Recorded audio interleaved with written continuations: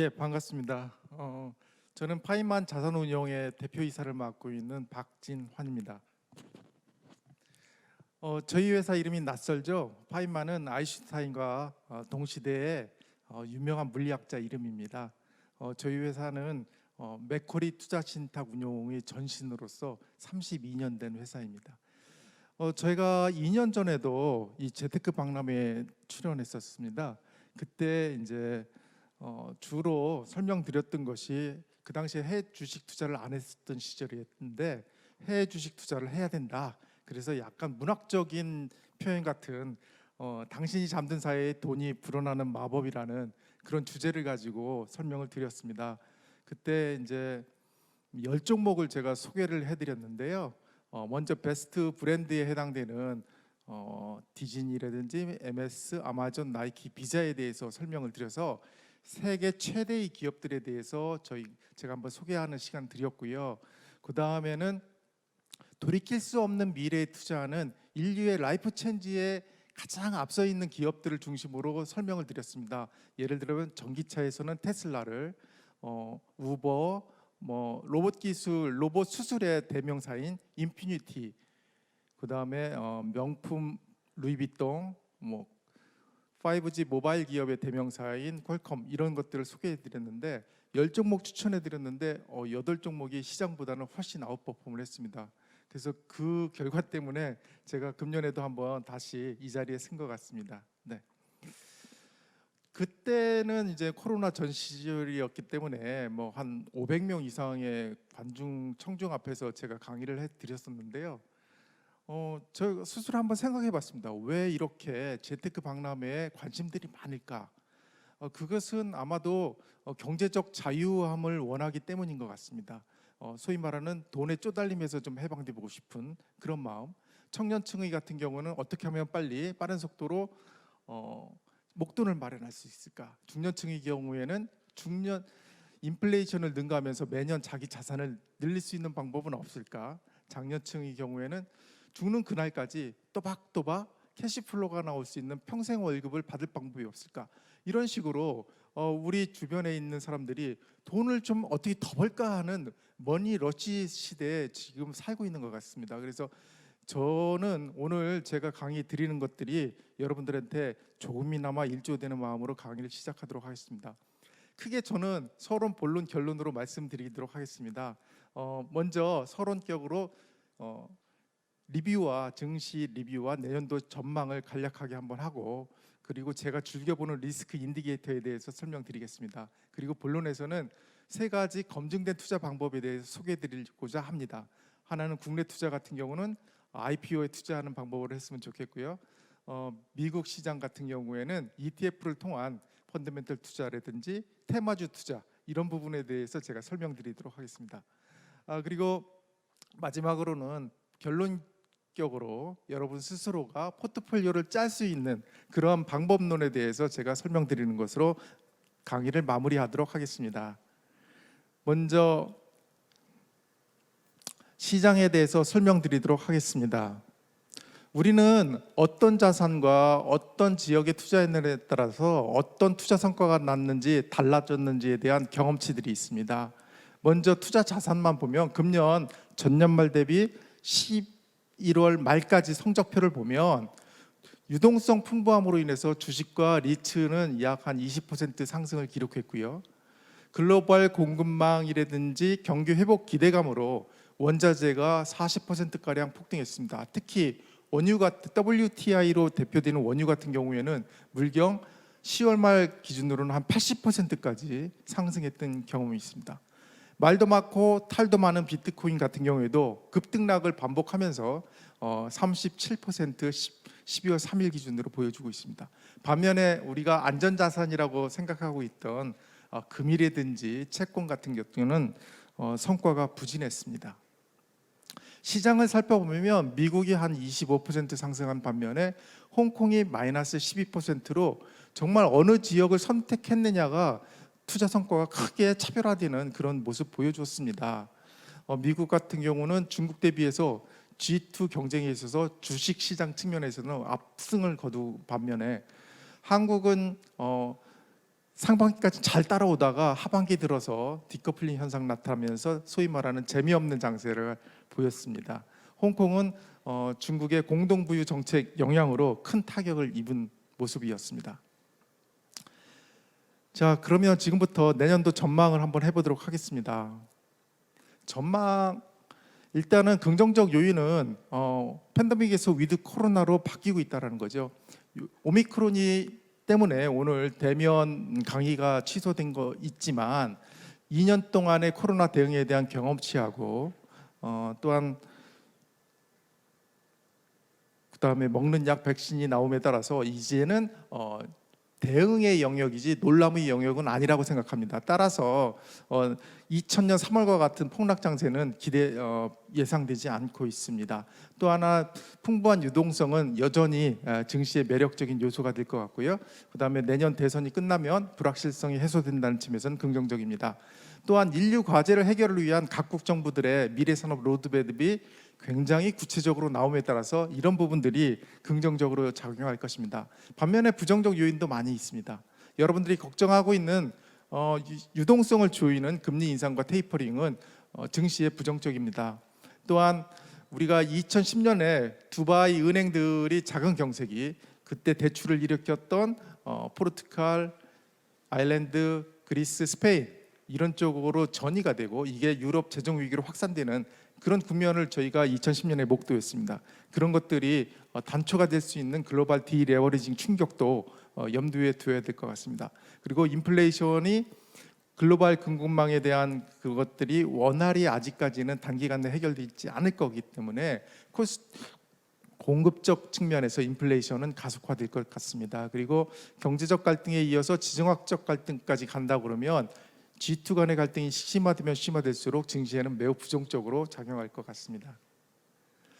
네, 전망은 과거의 흐름을 70%를 차용을 하게 마련입니다. 따라서 전망이라 하면 새로운 변수나 돌발 변수가 생기면 전망은 무조건 틀리게 되어 있습니다. 그럼에도 불구하고 제가 전망 한번 해보도록 해보겠습니다.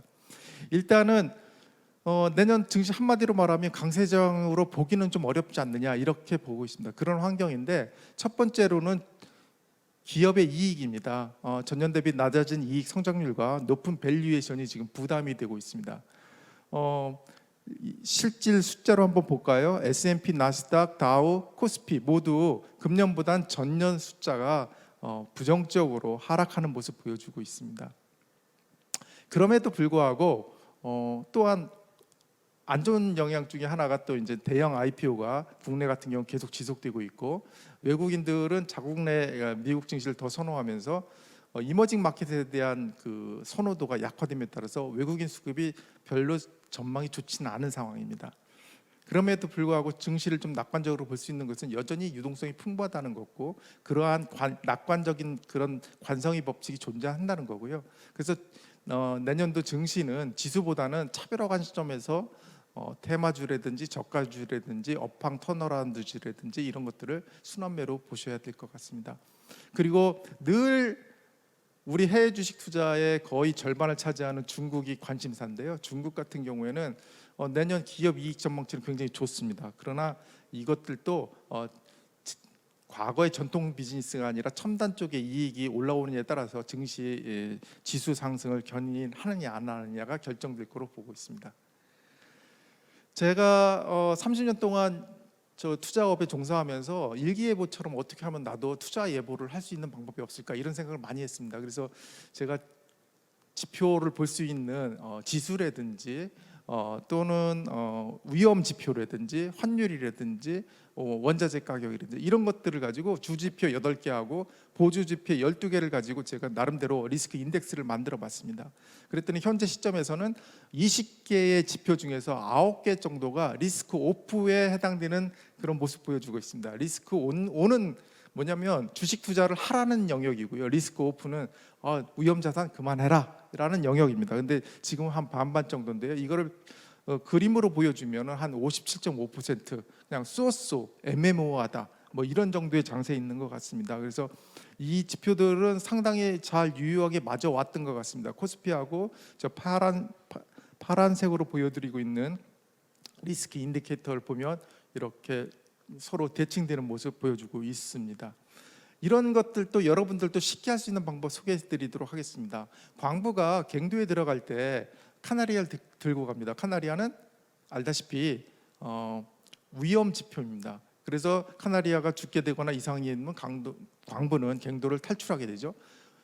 증시에서도 마찬가지입니다. 위험 자산, 위험 탐지 자산이 있습니다. 그게 저는 두 가지라고 생각합니다. 하나는 이머징 마켓에 투자하는 ETF인 EEM, 그 다음에 신용 등급이 낮은 데에 투자하는 하이힐드 채권에 투자하는 ETF인 HYG, 이걸 위험 자산으로 보고 이것들이 위험 탐지 자산이 음의 모멘텀이 나오면 현금화하는 방식으로 하락 리스크에서 벗어나는 방법을 여러분들도 하셨으면 좋겠습니다. 그래서 EEM과 HYG는 종목 티커입니다. 그거를 치면 포털 사이트에서 치면 검색이 가능하고요. 저는 주로 이제 단기 이평선과 장기 이평선이 골드 데드 크로스 영역을 보면서 그런 것들이 모멘텀을 살아있나 안 살아있나 보고 있습니다. 이제 공모주 제가 이제 본론으로 서로 너무 길게 한 것 같긴 한데요. 공모주 투자에 대해서 말씀드리도록 하겠습니다. 공모주는 알다시피 IPO를 중심으로 발행 시장과 유통 시장을 가교 역할을 하게 됩니다. 그래서 투자 단계에 따라서 하이 리스크, 하이 리턴의 IPO를 중심으로 왼쪽은 그런 단계고요. 유통 시장으로 넘어오면 로 리스크, 로 리턴의 단계가 됩니다. 여러분 알다시피 우리나라는 이제 개미 투자, 소액 투자자를 개미라는 용어를 쓰죠. 기관 투자에 발로 밟히는 개미와 같다고 해서 자주적으로 얘기하고, 홍콩도 또한 마찬가지로 부추라는 용어를 씁니다. 개미 소액 투자자를. 왜냐하면 기관 투자가들의 선물 옵션이나 공학 기법, 공매도를 활용한 기법을 통해서 좀 잘할 만하면 싹둑 잘리고 싹둑 잘린다고 그래서 홍콩 투자자도 자주적으로 부추라는 용어를 쓰죠. 그래서 사람들이 이제 공모주는 돈을 많이 버는구나 정도는 이해하기 시작했습니다. 그래서 기관 투자자하고 그다음에 거액 투자자 같은 경우는 왼쪽에 있는 프리 IPO 영역, 시리즈 A, B, C 이쪽으로 투자하는 선행 투자를 주로 하고요. 소액 투자자 같은 경우에는 IPO 펀드 이쪽이나 IPO 직접 공약, 청약 이런 쪽에 관심들이 굉장히 많아지고 있습니다. 이쪽에 유통시장 같은 경우에는 운용 보수가 낮은 ETF 시장으로 형성되는 그런 모습 보여주고 있습니다. 내년도 공모주 투자 시장에 대해서 말씀드리도록 하겠습니다. 공모주 시장은 단균일로 최대 대여금이 LG 에너지 솔루션이 한 10조 정도가 들어올 겁니다. 그러면 코스닥까지 합치면 18조에서 20조가 됩니다. 그리고 1조 이상도 현대 엔지니어링이라든지 SSG.com, 카카오 모빌리티, ATD 캡스 등이 준비되어 있습니다. 공모주는 변동성 장세에서 굉장히 좋은 투자 방법 중에 하나죠. 근데 단점이 있죠. 왜냐하면 배정 물량이 너무 적다라는 그런 게 있고, 내가 개별 종목에 대한 분석이 불가능하다라는 측면이 있습니다. 그런 것들을 해결할 수 있는 방법을 저는 공모주 펀드가 대안이 되고 있을 거라고 생각합니다. 오른쪽 표를 보시면 저희 회사 펀드 공모주 펀드인데요. 카카오 게임즈 같은 경우 일반 투자자들이 5주 받을 때 106주, 한 20배 이상 더 받았고요. 1억 투자했을 때 경우에 빅히트도 마찬가지고 SK 바이오사이언스도 그랬습니다. 그래서 공모주 청약도 하시되 핫한 거는 하시고 그다음에 공모주 펀드도 가입 같이 병행해서 하시면 좋겠습니다. 제가 다니는 회사 공모주 펀드를 좀 소개하려고 그러는데요. 제가 회사여서 그러는 것이 아니라 이 펀드가 저희 파이만 스타 공모주 펀드인데요. 채권 혼합형에서 전 영역에서 다 1등하고 있습니다. 1년 기준 수익률이 11% 나오고 있습니다. 그리고 맥시멈 드로다운도 3.48로 굉장히 리스크 측면에서 안정적으로 우상향하는 기준 가격을 보실 수 있을 것 같습니다. 세 번째로 제가 말씀드릴 수 있는 것은 이제 미국에 대한 투자는 어떻게 할 거냐라는 것을 말씀드리도록 하겠습니다. 여러분 알다시피 미국 증시의 시가총액은 총 전 세계의 40%, 한국 증시는 1.7% 차지하고 있습니다. 따라서 세계 증시의 흐름을 알거나 주류에 하려고 그러면 미국에 투자해야 됩니다. 그런데 미국 투자에 대해서 사람들의 생각은 두 가지인 것 같습니다. 하나는 너 테슬라 네가 2년 전에 추천했을 때 1100% 올랐잖아. 그런 시장을 이제서 어떻게 들어가니? 끝물 아니니? 뭐 이렇게 하시는 분. 반면에 이제 야, 어차피 물려도 복원력이 좋은 큰 물에서 놀아야 돼 라고 하는 사람들이 있습니다. 그 두 가지 관점은 팽배한 것 같습니다. 그렇게 했을 때 제가 생각드리는 제안은, 시장이 애매모호한 관점이 있을 때는 분산 투자가 가능한 ETF가 하나의 투자 대안이 될 것 같습니다.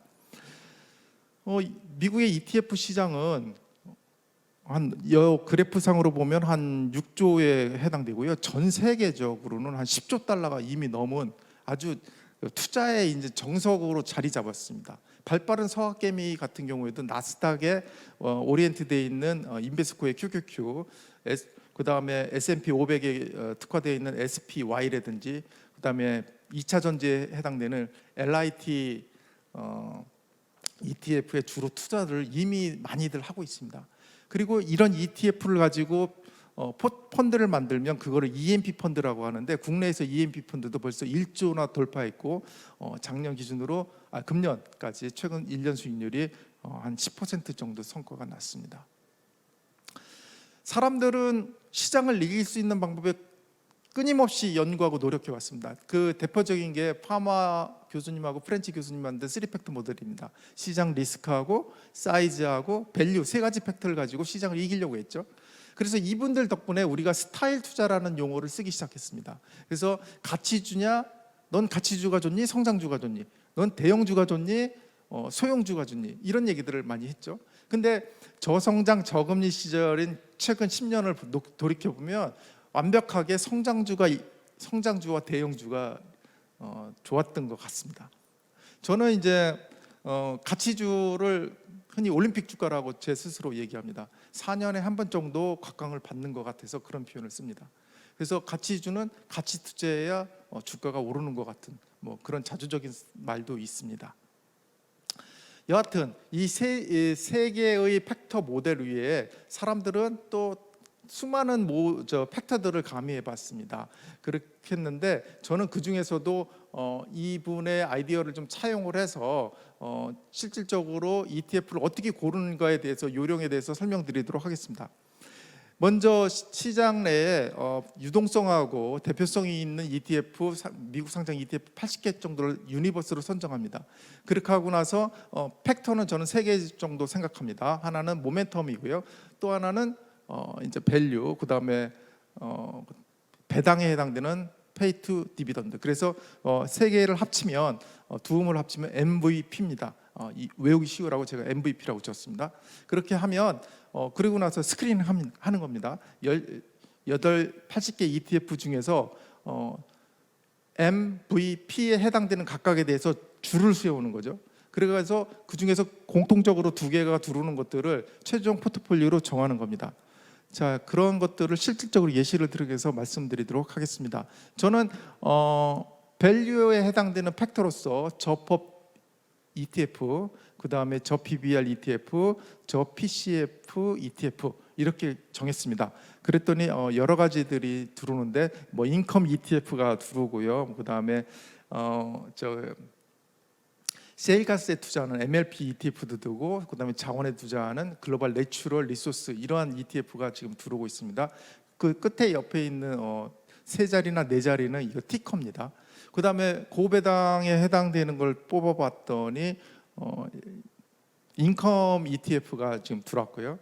그 다음에 고 모멘텀에서는 2차 전지 ETF, 그 다음에 뭐 자율주행, 3D 프린팅 이런 것들이 들어왔습니다. 그래서 이런 것들에서 2개 이상 겹친 거를 뽑아 보니까 인컴 ETF가 들어왔고요. 그 다음에 파이낸셜 섹터, 금융 섹터에 있는 것들 들어왔고, 글로벌 업스트림이라고 해서 원재자에 관련된 ETF들이 편입이 됐습니다. 그래서 이런 걸 저는 MVP라고 하겠습니다. 그럼 주로 이제 상위에 뽑히는 게 BIGD, XLF, 그다음에 GUNR 이러한 티커를 갖고 있는 ETF들이 편입이 됐습니다. 그래서 이걸 이제 성과는 그럼 잘 나느냐, 이걸 한번 제가 이제 모의 테스트를 했죠. 그래서 9월 3주째부터 10월 3주째까지 이제 한 달 해봤는데, 근데 이제 이렇게 해보면 가치주의 관점으로 국가 ETF가 들어오는 것들이 있는데 주로 이제 터키 ETF라든지 브라질 ETF가 들어옵니다. 그런 것들은 펀더멘탈상 취약하니까 기각해버리고 버립니다. 그래서 이제 업종별로 있는 것들을 들어온 거를 쭉 상위권인 거를 제가 이제 이렇게 가지고 해봤더니 결론적으로는 동기간 6주 동안에 S&P보다는 6.4% 이겼습니다. 물론 이때 9월하고 10월 변동성이 컸고 원자재 가격 중심으로 굉장히 많이 반등을 했기 때문에 그런 것들이 영향을 많이 끼쳤지만 편입되어 있는 ETF 각각도 각각 뭐 시장보다는 1.3 내지 5.3% 이겼습니다. 예. 그리고 또 하나 유의미한 건 이런 방식으로 했더니 ETF가 계속 뭐 이놈 들었다가 저놈 들었다 막 변동이 심하지는 않았다라는 측면에서도 안정성 측면에서 좋았던 것 같습니다. 너가 말한 거는 이해하겠는데 그거 너무 복잡하다. 나 어떻게 하니? 그런 방법이 있습니다. 이제 보통 기관 투자가나 셀사이드인 증권사 리서치에서는 유료 페이지를 사서 보죠. 그래서 분석을 해서 퀀트 분석을 막 하게 되죠. 그러나 최근에는 이제 무료 사이트들도 굉장히 많습니다. 그런 번거스럽긴 하지만 그런 것들을 통해서 여러분들도 접근할 수 있습니다. 예를 들면 야후 파이낸스 ETF에 가서 아까 티커를 치시면 되고요. investing.com도 있고, 그리고 결정판은 ETF.com에 들어가시면 모든 것들을 보실 수 있습니다. 그래서 ETF 그 중에서 툴바 그 아이콘 중에서 ETF 파인더 스크리너 데이터베이스라는 코너가 있습니다. 그쪽에 가서 본인이 좋아하는 그 기준 그 카테고리를 집어넣게 되면 ETF가 출력되게 됩니다. ETF가 이게 도출되게 되죠. 미국에서 ETF만 운영하는 운용사는 한 82개가 됩니다. 그러니까 82개사 곱하기 각 회사마다 한 30개만 ETF가 있다고 해도 한 2,400개가 넘겠죠. 그러니까 그 많은 것들을 서치하기가 어려우실 테니까 이 ETF 파인더를 활용해서 그런 것들을 찾으시길 바랍니다. 뭐 서치 투자 잘하시려면 서치 잘하셔야 됩니다. 서치 잘하다 보면 자기 생각이 막 가미가 되면 그게 다시 서치니까 리서치가 되는 겁니다. 리서치가 별게 아닙니다. 그 다음에 이제 오늘의 이제 메인이 될 수도 있는 테마주 투자에 대해서 말씀드리도록 하겠습니다. 테마주는 혜성처럼 나타났다가 별똥별처럼 사라지죠. 그래서 가치 투자자들은 테마주를 그렇게 선호하지 않습니다. 반면에 개인 투자자들, 단기 투자자들은 테마주를 너무너무 핫한 테마주를 선호하죠. 그건 빨리 가격이 오르락 내리락 하는 그런 거에서 그런 시세 차익을 노리기 때문인 것 같습니다. 근데 이제 수많은 테마주 중에서 저는 어떤 테마주를 설명드려야 될까 고민하다가 우리 인류들의 지금 당면 과제가 있습니다. 크게 두 가지인 것 같습니다. 하나는 디지털 트랜스포메이션에 얼마나 적응을 잘할 거냐라는 거하고, 또 하나는 기후 변화에 어떻게 잘 대응할 건가, 이 두 가지가 인류의 과제가 될 것 같습니다. 그래서 이런 테마들은 장기 성장의 가능성이 높기 때문에 단기간 내 소멸되지 않는다는 확신이 있어서 그런 종류의 테마를 말씀드릴 거려고 하고요. 디지털 포메이션 같은 경우는 지난 2년 동안 너무 많이 올랐기 때문에 그쪽 설명드린 것보다는 기후 변화에 관련된 테마주, 즉 친환경에 관련된 테마주를 설명드리는 것이 좋다고 판단을 했습니다. 그래서 제가 들고 온 테마주는 그린플레이션입니다. 그린플레이션이란 단어는 구글에서 검색해 보시면 최근 9월 말쯤에 나타나기 시작하는 아주 핫한 단어입니다. 그린플레이션은 그린과 인플레이션의 합성어인데요. 알다시피 이제 우리가 친환경 과정, 그린화를 하면 할수록 에너지 전환이 필요하고, 에너지 전환하는 과정 속에서 인플레이션이 수반되는 그러한 친환경의 역설적인 의미로 그린플레이션이라는 말을 씁니다. 그런 사례가 대표적인 게 내연기관차에서 전기차로 바뀌는 그런 과정 말씀드릴 수 있겠죠. 모든 자동차 메이커들은 2025년 사이에서 2040년까지 내연기관차 단종을 선언하고 있습니다. 이렇게 되면 전기차 같은 경우에는 배터리 생산을 위해서 늘리기 때문에 리튬이나 거기에 들어가는 망간, 알루미늄의 가격이 상승하게 되고, 반면에 내연기관차 중심으로 이쪽에 투자를 않게 되고 설비 투자를 않게 되니까 석유 공급도 이제 투자업자 입장에서는 셰일가스도 난 만들지 말아야겠다, 증산하지 말아야겠다, 뭐 이런 생각이 들면서 거꾸로 기존의 화석연료까지도 가격이 오르는 그런 모습 보여주고 있습니다. 그린플레이션은 아주 다양한 테마를 품고 있습니다. 전기차, 2차 전지, 수소경제, 농산물, 비축 등등등 너무너무 많죠. 그것들을 한 4-5개씩 소테마를 구성해서 장기적인 인플레이션 추세에 따라가는 전략을 구성을 하시면 됩니다. 그리고 이제 이런 ETF를 잘 보시고 핫한 ETF가 있다, 그렇게 되면 그 안에 들어가 있는 개별 편입되어 있는 개별 종목까지도 우리가 보실 수가 있는 거죠. 그러면 그때는 확연한 그 흐름이 확정됐을 때에는 개별 종목에 투자하는 것도 좋은 투자 방법이 될 겁니다. 우리가 이제 예시로 든다 그러면 돈나무 누님이라고 하는 우드캐시 같은 ETF 잖아요. 거기에서 이제 그런 것들이 ETF에 자금이 많이 유입되면 거기서 제일 많이 파는 게 이제 테슬라가 되니까 저절로 난 테슬라 사야겠다, 이런 식으로 유추 해석할 수 있다라는 거죠. 그리고 제가 생각하는 여러 테마 중에서도 저는 재활용이라는 테마가 아주 마음에 듭니다. 저 이제 코로나 때문에 많은 음식을 시키게 되면 플라스틱이 막 먹고 나면 너무 많이 쌓여서 이거 지구에 내가 죄 짓는 거 아닌가, 이런 생각 여러분들도 하셨을 거라고 생각합니다. 그래서 지금은 우리가 이제 전기차 배터리에 대해서 만드는 거에 대해서만 관심이 있지만, 이것들이 폐 배터리로 넘어간다면 이것도 재활용 영역으로 관심을 가지셔야 될 것 같고요. 또 하나는 플라스틱을 통해 가지고 옷을 만들고 있습니다. 파타고니아라는 브랜드가 있죠. 그런 거 혹시 보셨는지 모르겠습니다만 그런 의류 것들이 있습니다. 그래서 우리 소비자들은 자기가 비용이 좀 더 지불할지는 모르지만 전체적으로 친환경적인 것들에 대해서, 그런 것들에서 소비하려고 하는 경향이 있다, 이렇게 보시면 될 것 같고요. 폐플라스틱 같은 경우에 대해서 좀 보면 열 경화성 수지하고 열 가소성 수지가 있는데, 열을 가했을 때 변형돼 가지고 재활용되는 게 있고, 열을 가했을 때 딱딱해져 가지고 완전히 못 쓰게 되는 것들이 있는데요. 폐플라스틱 같은 경우는 20%는 재활용이 되고 5%는 지구에 계속 축적해 쌓이고 나머지 75%는 에너지로 쓰이거나 소각됩니다. 그래서 이때 75%를 얼마나 탄소 중립화로 연결 붙이느냐, 이 대목이 기술력이고 앞으로 유망한 테마가 될 거라고 생각을 하고 있습니다. 그러면 실질적으로 테마 그거에 앞서서 제가 글로벌 인플레이션이 장기화될 것 같다라는 그런 관점에 대해서 제가 한 5가지 말씀을 드려보도록 하겠는데요. 우리가 구글 검색 사이트가 유명해졌던 것은 감기라는 그 검색어를 막 집어넣었을 때 질병청보다도 구글이 어느 시점에 감기가 도발하고 어느 지역에서 감기가 번창하는지를 알아냈다는 거죠.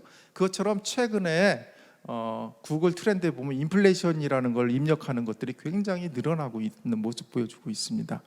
그래서 이것들이 단기간 내에는 끝나지 않을 거라고 보는 건데, 먼저 친환경 전환에 따른 비용 부담이 증가합니다. 예를 들어서 최근에 요수 사태만 놓고 보더라도 이 요수수는 알다시피 석탄에서 이제 화석 연료에서 채출하는데, 중국 정부는 2060년까지 탄소 중립화를 선언했습니다. 그러다 보니까, 그런데 2019년, 2022년 전부 실적을 미달했습니다. 근데 공교롭게도 내년에는 시진핑 정부 3기가 도래하는데, 지방 행정 관료 입장에서 보면 중앙 무대 진출할 수 있는 마지막 평가 기간입니다. 그러다 보니까 이런 부분들에 대해서 억제하고 인위적으로 제어하고, 전력난도 마찬가지고요, 요수수 사태도 마찬가지고요.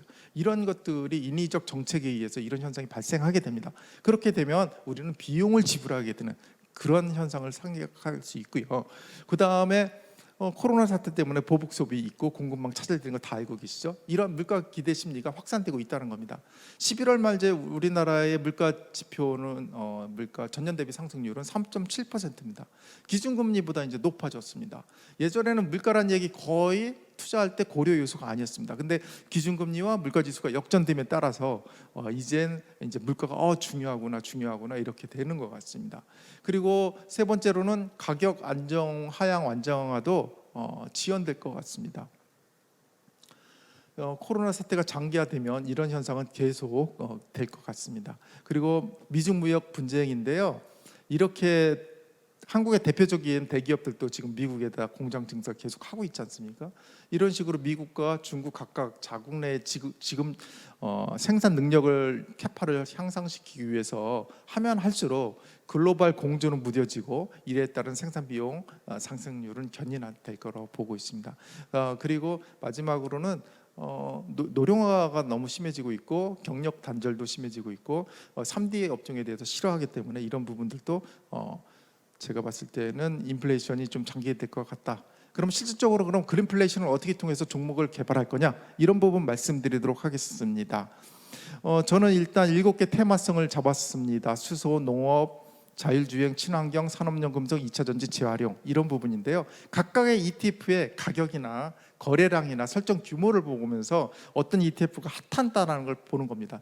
이 표를 보시면 그 ETF에 돈이 어떤 자금이 유입되고 있느냐, 그리고 그 가격은 올라가고 있느냐, 이렇게 봤을 때 10월 15일 기준으로 했을 때는 HYDR 수소 ETF가 경쟁력 있게 가장 으뜸으로 보여주고 있습니다. 이렇게 되면 이제 블룸버그 여기 장표인데요. 오른쪽 하단에 보면 오른쪽 표를 보시면 여기에 편입되어 있는 종목들이 있습니다. 수소, 좋아, 수소 경제 좋아. 그러면 수소에서 하는 일이 여러 가지가 있을 수 있죠. 먼저 뭐 수소차, 상용차, 수소 지게차, 수소 전기차, 그다음에 수소 발전, 수소의 유통, 생산, 뭐 이런 등등 연료 전지 등등이 있습니다. 그래서 그때마다 그런 이슈들이 될 때, 예를 들어서 수소차가 각광을 받는다. 그럼 대표적인 건 플러그 파워를 사시면 되는 거죠. 이런 식으로 접근하는 종목 개발이 중요한 것 같습니다. 플러그 파워는 SK가 1조 6천억을 투자했고 지분 9.9%를 갖고 있는 기업입니다. 그 다음에 뭐 수소 발전이 좋아 보인다 그러면 블룸 에너지 뭐 이런 식으로 하는 거죠. 여기에 편입된 거에는 한국 기업 중엔 두산 퓨어셀도 들어가 있습니다. 이런 식으로 할 수 있고요. 이런 것들은 어디 가서 보느냐? 이 수소 ETF 같은 경우는 운용사가 글로벌 X입니다. 그러니까 글로벌 X 홈페이지 가시면 상위 편입 종목 리스트가 다 있습니다. 그래서 텍시스를 보면 여러분들이 알고 싶은 정보가 다 있고 거기다가 그 한글과 번역이 다 되게 돼 있습니다. 구글 사이트에 가면. 그래서 여러분들이 이런 자료를 좀 번거스럽긴 하지만 이런 식으로 하면서 실력을 향상시킨 것도 하나의 방편이 되지 않을까 이렇게 생각합니다. 그래서 다시 한번 종합해서 말씀드리면 그린플레이션으로 어떻게 할 거냐?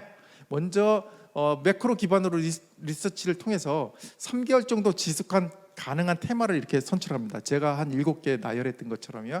그리고 나서 그런 것들이 다 균등하게 도토리 키재기식으로 비슷비슷하다. 그렇다 그러면 그 ETF를 골고루 다 편입하는 방식을 취하는 거고요. 하나가 도드라진다. 그러면 그 ETF를 사고 그 ETF 내에 편입되어 있는 종목, 개별 종목까지 사는 방식으로 투자하시면 되고요.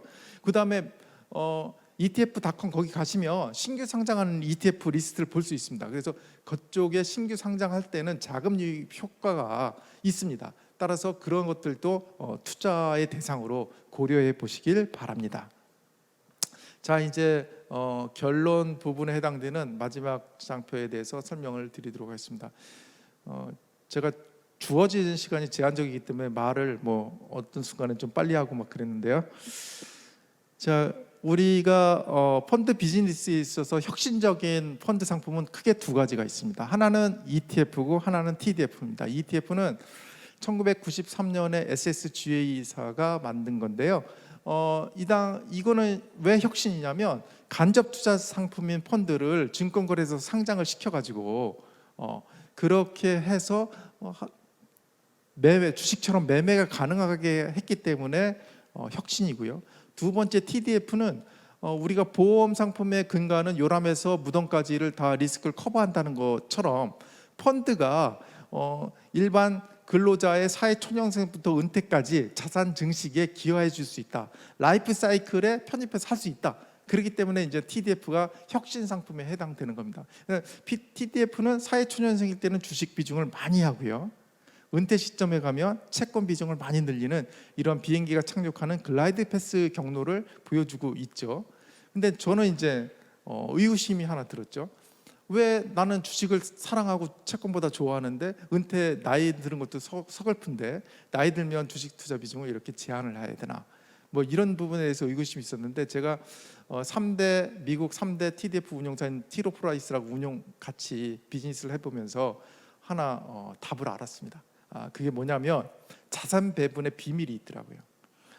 이제 미국 친구들이 금융시장 생긴 이래로 주식과 채권을 어떤 비중으로 합성을 시켰을 때 가장 성과가 잘 났을까를 연구했어요. 그랬더니 대략 뭐 토요일, 일요일도 금리가 딱 또박또박 나오는 채권 그리고 한번 오를 때 시세책 많이 난 주식 어떤 비중으로 가져갈까 이렇게 생각했더니 주식이 55%, 채권이 45%이 비율로 했을 때 가장 성과가 많이 났다라는 걸 그 친구들이 뭐 그냥 콜럼버스 다이아처럼 발견한 거죠. 그래서 그거를 이게 지금 TDF가 롱텀으로 운용을 해야 되는데 이거 어떻게 무슨 뭐 매일매일 펀드 매니저도 그 사이에 수도 없이 바뀔 거고 그렇다고 종목 선정 위주로 어프로치하는 거는 문제가 있으니 자산 배분 어프로치로 한 거죠. 이 긴 기간을 시장을 이기려고 하면 그러다 보니까 여러분들이 직장에 취업하면 월급이 나옵니다. 월급은 또박또박 나옵니다. 또박또박은 채권의 일드와 같습니다. 그러니까